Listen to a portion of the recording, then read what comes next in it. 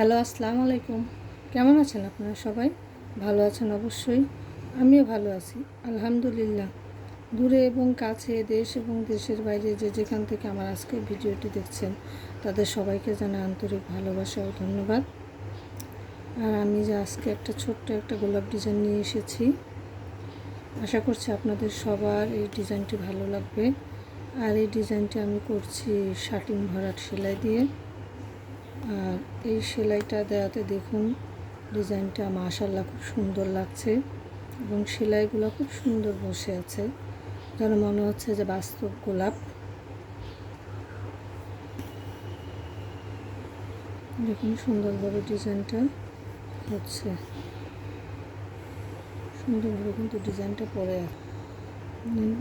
গোলাপের ডিজাইন সেলাইটা অলমোস্ট হয়ে আসছে, প্রায় শেষের দিকে।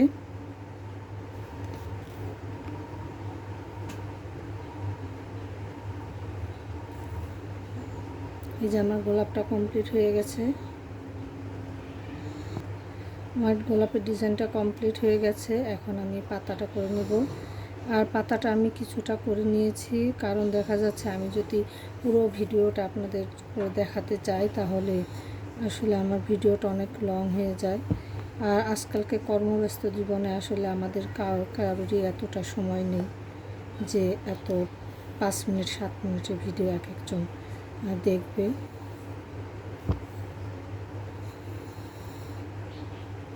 আমি এইভাবে উপর নিচ করে এভাবে আমি যে পাতাটা দিয়ে নিচ্ছি।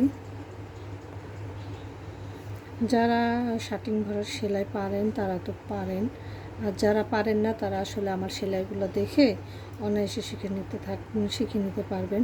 আর এই সেলাইটা আসলে কোনো কঠিন কিছু নয়, দেখেন সুন্দরভাবে হয়ে যাচ্ছে,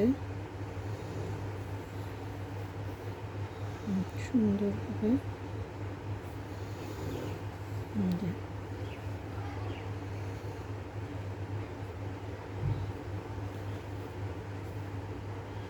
আর এই যে ছোট বড়গুলা, আমি কীভাবে করেছি আমি সেটা দেখাচ্ছি। যে এখানে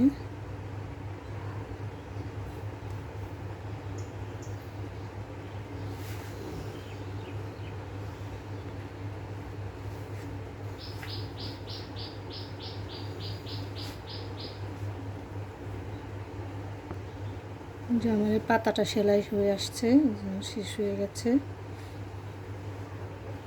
যে আমি সুতাটার ভিতরে ঢুকিয়ে নিলাম, এই যে পাতাটা সেলাই হয়ে গেছে। এখন আমি এই শিরগুলো আমি কীভাবে দিয়েছি সেটা দেখাবো। আর এই যে এখান থেকে আমি পাতাটা নিয়ে নিচ্ছি সেলাইটা। আর এখানে আমি আসলে ডাল সেলাই দিয়ে করেছি। আর আমরা সবুজের মাঝখানে যদি এইভাবে জলপাই কালার সুতা দিয়ে শিরগুলা সেলাই করে নেই তাহলে দেখতে খুবই সুন্দর লাগে।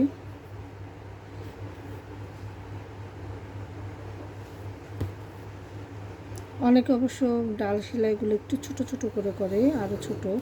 আমি এত ছোট করি না, আমার কাছে বেশি ছোট করলে কেমন জানি বেশি ফুলা লাগে, এই জন্য আমি একটু বড় বড় করেই করি।